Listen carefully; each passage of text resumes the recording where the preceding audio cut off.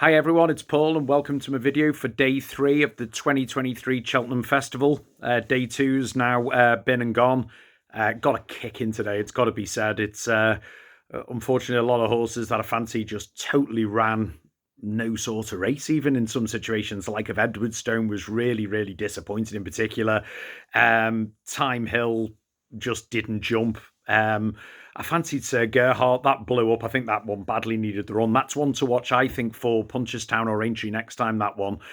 Delta Work was brilliant, though, to be fair. And no, there was just a lot of really bad runs, which happens. And luckily, we're 2 days down and 2 to go. So let's crack on with day 3. Starting day 3 with the 130, which is the Turner Novices Chase. It's a novice chase, a grade 1 over 2 mile 4.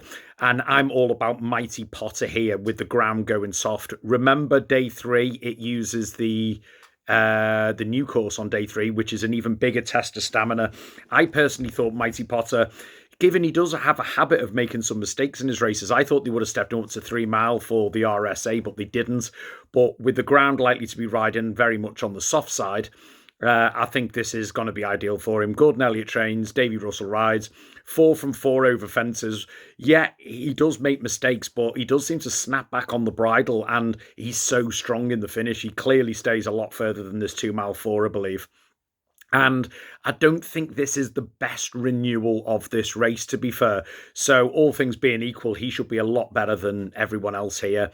Appreciate It is interesting for Willie Mullins. Obviously, Appreciate It was a very, very good winner of the Supreme Novice during the COVID year, as I call it, but hasn't really got back to that form since. Gone chasing and was much, much better later this season. 2 for 3 over fences. It did come third in the Irish Arkle earlier this season, beating 11 lengths. Did okay, just didn't, I don't know what the hell the problem was. He just didn't seem to find much at the finish, but given his racing style, he does tank through his races. I think it's about time he goes up to 2.5 mile. And as I said, I don't think this is a vintage renewal, so I can see this step up to 2 mile 4 definitely being in his benefit. I think it was Faheen as well who stepped up to this, and it really suited him. I did fancy Banbridge most of the winter for this. Joseph O'Brien, JJ Slevin takes the ride. He came third behind Appreciate It in the Irish Arkle, and clearly lasts further because won the Martin Pipe last year. My big concern on this one, though, is the ground. Goods are soft, is the softest he's ever won on, and he's been withdrawn even on just regular soft ground, and I think it's going to be very tacky tomorrow, especially on new ground, and that's my biggest concern. One who I think is going to hit the frame at a very big price is Stage Star for Paul Nicholls and Harry Cobden. 3 for 4 over fences for the Owners for Owners group. Was a course and distance winner latest and travelled and jumped amazing around the new course and really stayed up the hill well. Remember one thing, this was a grade 1 winning hurdler as well, so he's no back number, and I think at 14 to 1 Stage Star will hit the frame, and I think he is overpriced at that odds. However, for the win, I do think Mighty Potter could potentially be a Gold Cup horse in the future. So I think he'll have too much for them here. 1, 2, 3 for the 130, the Turner Novices, Mighty Potter from Stage Star, and I think Appreciate It will run on into a place. The 210 is the Pertemps final handicap hurdle, a grade 3 over 3 mile. Now, this is always an absolute horror story of a race because there's a lot of handicap swizzers go on with this, chasers coming back over hurdles and the likes. But what I would say is, though, the actual winner of this race, the likes of Sire de Burley in the past, the quality of this race and the standard has definitely gone up. So it has actually made picking a little bit easier in recent years. As a result, I am actually going with the favourite here, though I've got 3 who I'm going to be backing myself in the race, purely because of the nature of it. But the favourite of 5 to 1 is Thanks for the Help, David Pipe and Mark Walsh. Now, David Pipe has a fantastic record in this race. If people who have been going racing long enough will remember, God, we're probably going back about 10 to 15 years ago now, where Buena Vista won back-to-back on this race. But this horse for JP McManus, he's got in off 10 stone 9, which is a fantastic weight.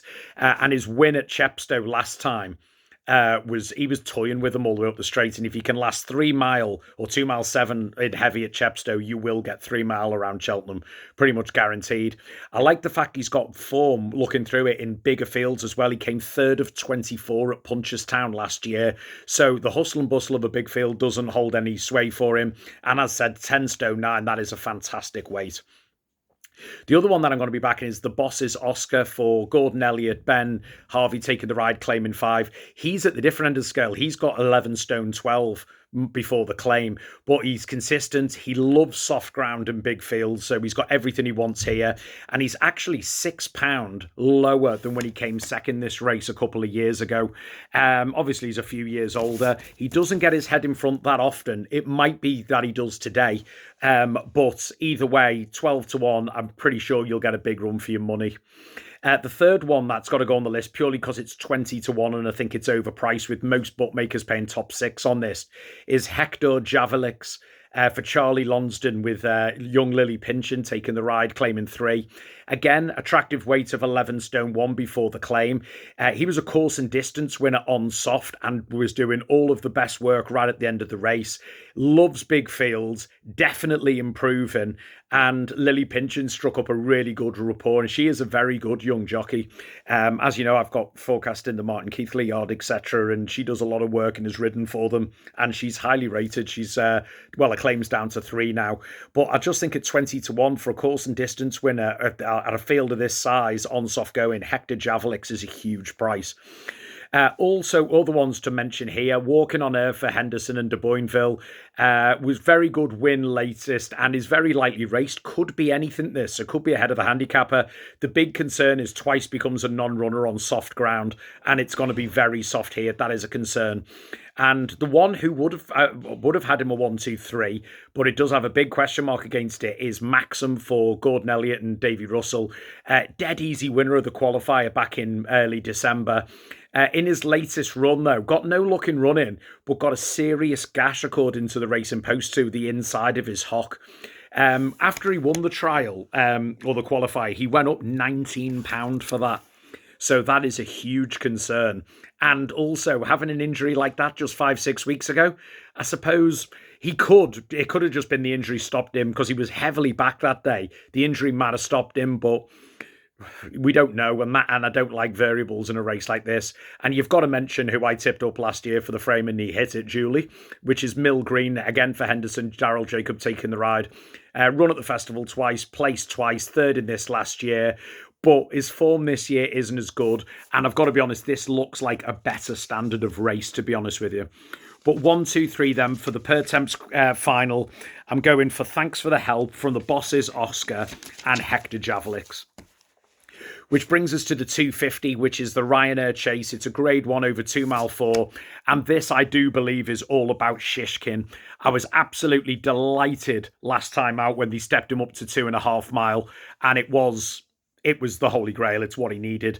This time last year, he had just bombed in the Queen Mother. They found out about a bone condition.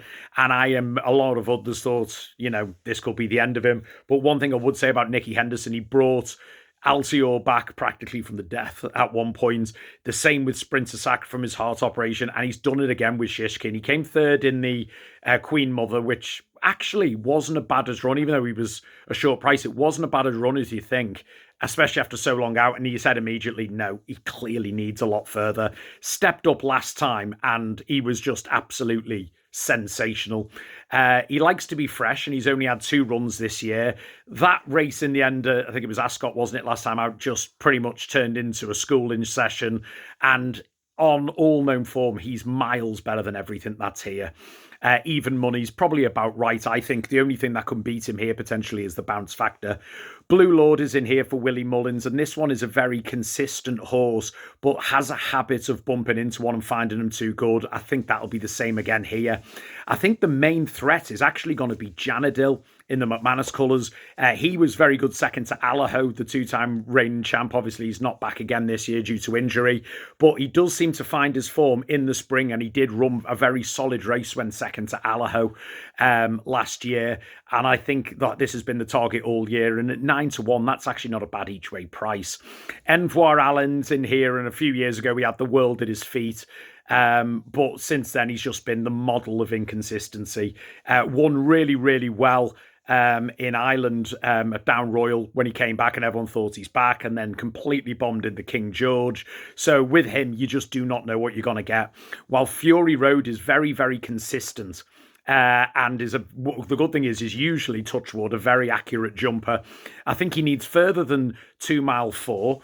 But I think he'll be doing all of his best work at the end, and I think he's a good price at 14s to hit the frame as well.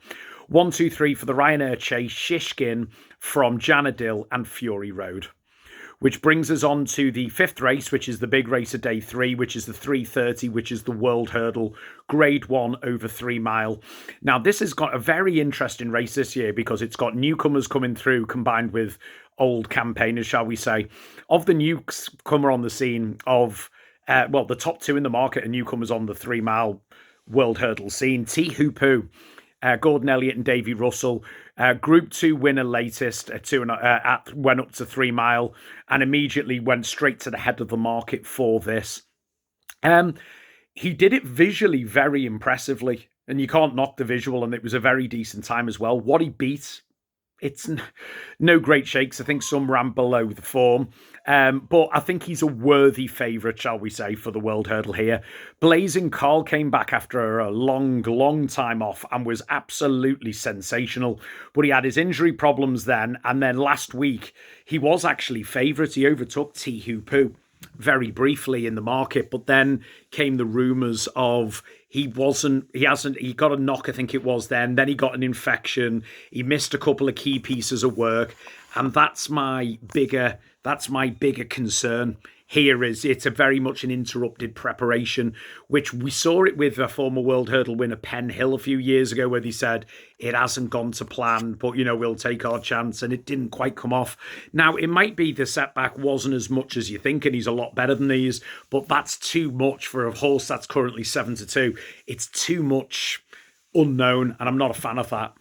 Interesting form line from last year comes from Home by the Lee and for Joseph O'Brien, JJ Sullivan taking the ride, and Classical Dream for Willie Mullins. Classical Dream came 5th with Home by the Lee 6th last year.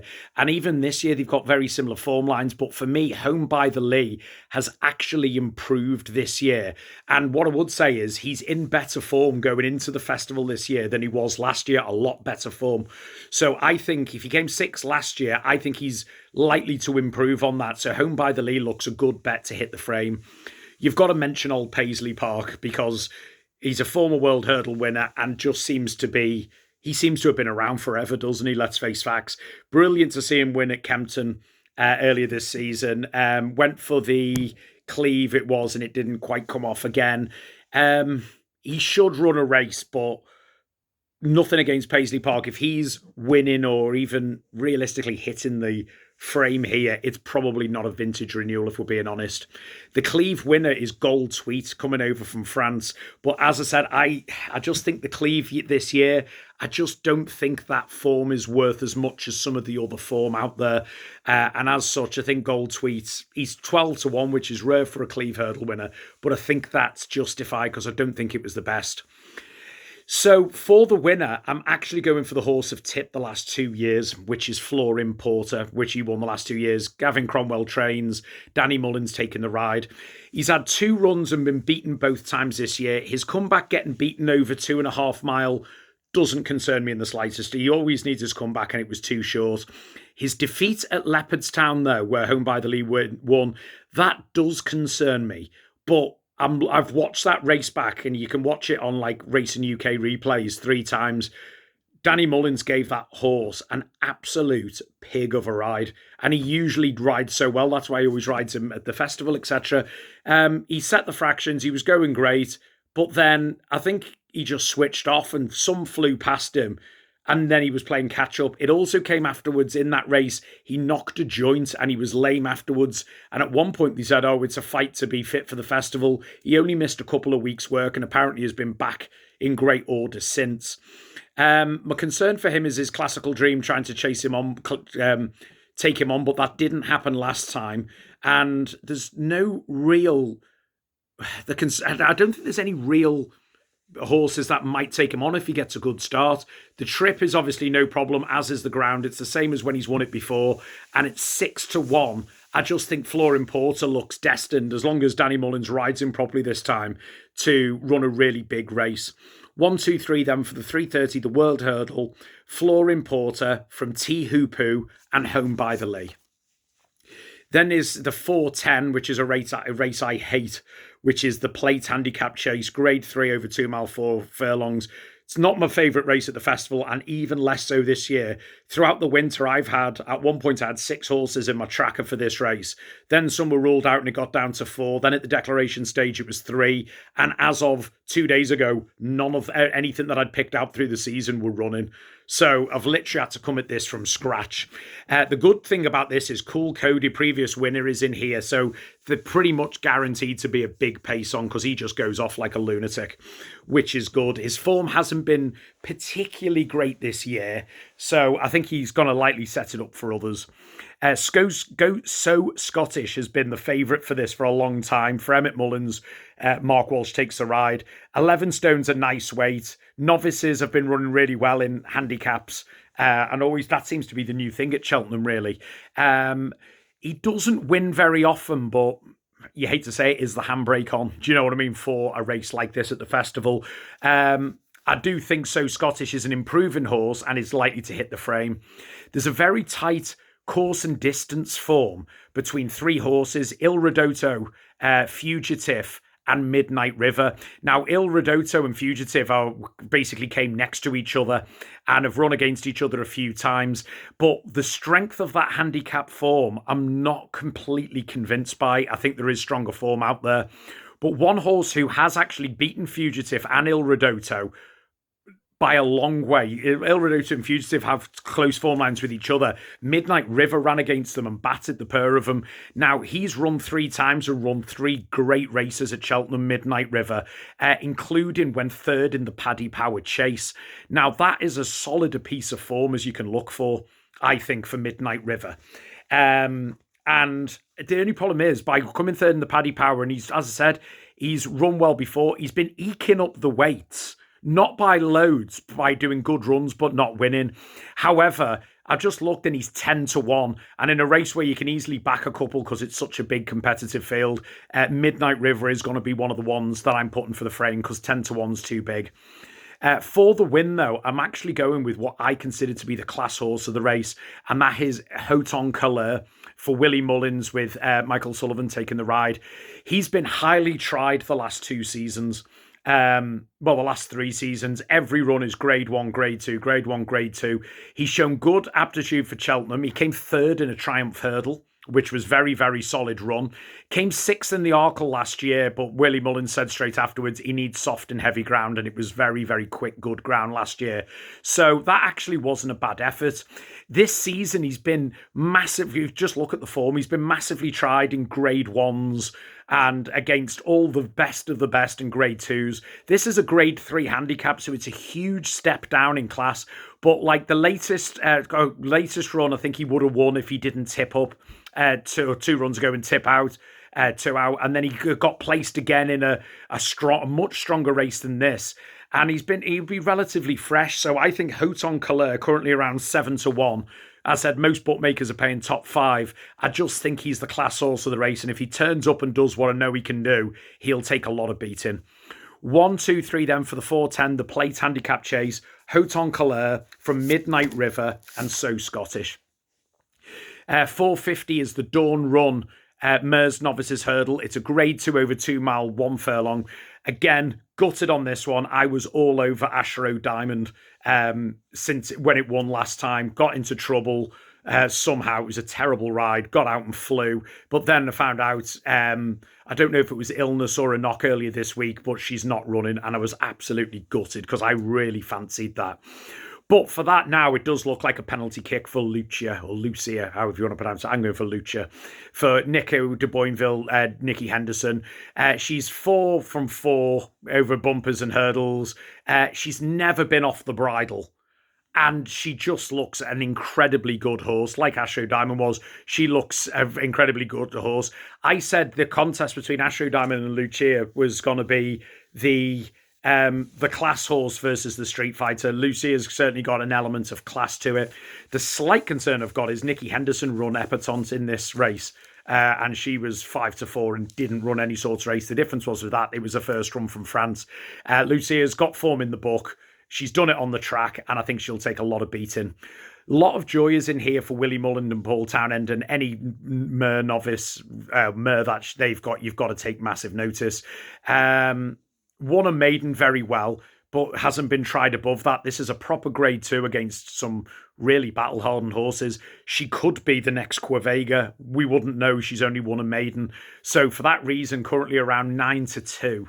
It's one of them, if it was like 10-1, I'd go, do you know what? Or 9-1, it's worth a punt. But at around 9-2, 5-1, I just think that's too short. Princess Zoe was very, very good on the flat, but will have to hurdle a lot better than she did when she won last time, or dead heated to win last time out. I do think, it would be an unbelievable effort to go and win a race of which has got some good horses in it. After very limited experience, but she was classy on the flat. You Were It Well is completely overpriced in this race. I'm going to be having an each way on this as well as Lucia. Jamie Snowden trains, Gavin Sheehan takes the ride. 3 from 4, she is over hurdles. All of her best form is at 2.5 mile on soft. So a drop back in trip's not ideal, but I think 2 mile 1 on the new course on soft, that'll feel like a 2 mile 4. She'll be doing all of her best work late on.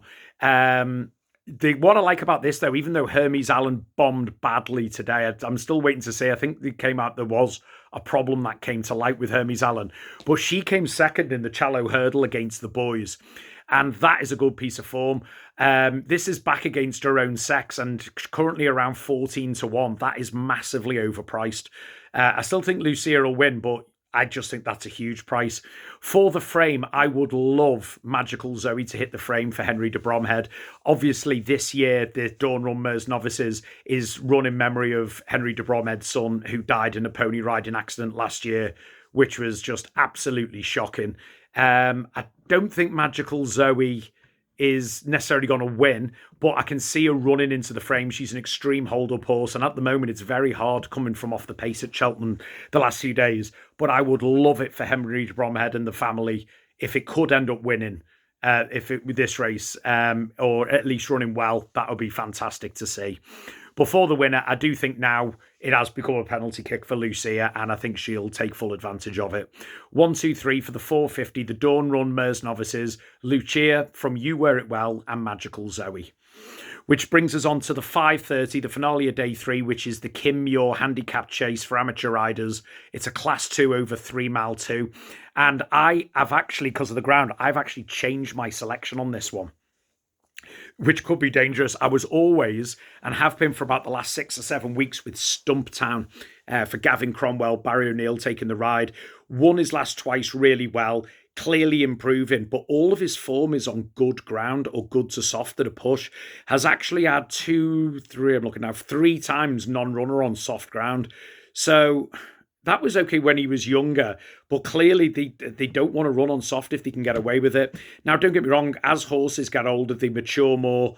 They're more likely to handle soft ground. They're not as stroppy, shall we say, on it. But this one's clearly improving. But the difference is, I think the conditions are absolutely perfect for Mr. Incredible, for Willie Mullins, Patrick Mullins taking the ride. Now, I watched a preview evening with Willie Mullins, and he said Mr. Incredible is Patrick Mullins's project. He does all of her homework, all of her exercise, feeding schedules, rides her in races. It's his personal project. Now, when Mr. Incredible came second in the Classic Chase at Warwick, now that's a hell of a piece of form, that. Probably the strongest form on offer. That's over 3 mile 5, so 3 mile 2 with the hill is no problem. He said, Willie Mullins said, Patrick really wants to win the Kim Muir, because he hasn't won it for this year or ever, I don't think. And he said, so he's probably, I would imagine, going to want to send him to the Kim Muir. So that in itself for me is a tip. So I just think Mr. Incredible, the trip is absolutely fine, 3 mile 2 with the hill, loves soft going and has good form in the book. Another one I think will hit the frame here but his jumping will have to improve, is Beauport. for Nigel Twiston-Davies, Zach Baker taking the ride. He's got a very good chance on his best hurdle form and on his best chase form, to be fair. But the big issue is he has shown us chasing. As the get to the business end, his jumping does tend to go to pieces. But I do think the fact of stepping him up to 3 mile 2 is a good move. His best form over hurdles was over 3 miles, and over fences they've been running him over 2 mile 4 generally. So they do quicken it up when you're running 8 furlongs, or 6 furlongs less. So I just think this will put less emphasis and strain on his jumping. In terms of also ran, because I know people go looking for value, Captain Cotter's Rock is completely overpriced for me at 33-1. Fergal O'Brien trains. Jockey I don't really know. M. Broughton rides. But he's a 2-time course and distance winner who goes on soft ground. He's shown bits of form this year. Really good run at Musselburgh latest. I think 33-1 is overpriced for him, though I do suspect, given he's getting on in years, that you will find some too good. Angel's Dawn for Curling and King combination was actually running a big race in the Grand National Trial before unseated. Won well before that. Loves Heavy. And I think she's got a very, very good chance of hitting the frame. Again, how good she is, it's unknown at this point. While Dunboyne is one to mention for Gordon Elliott and Jodie Codd, just purely because of the combination. Came second in the Thistes. But the big concern and the reason I left this out was finished 90% of the way down the field when fancied around 7-1 in the Pertemps last year. And the thing that they gave to the stewards that day was he didn't like the course.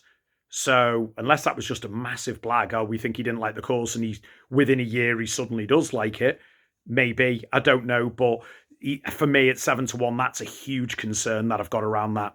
But for the win, I am going with Mr. Incredible. I think 6-1 is a very good price. I think he'll be a lot shorter on the day with the Irish money coming in. But I think this is a very, very good renewal of the Kim Muir. 1, 2, 3 then for the Kim Muir, Mr. Incredible from Stumptown and Beauport. Thanks for watching and check back tomorrow for the final day. Good luck. Take care. Ta-ra.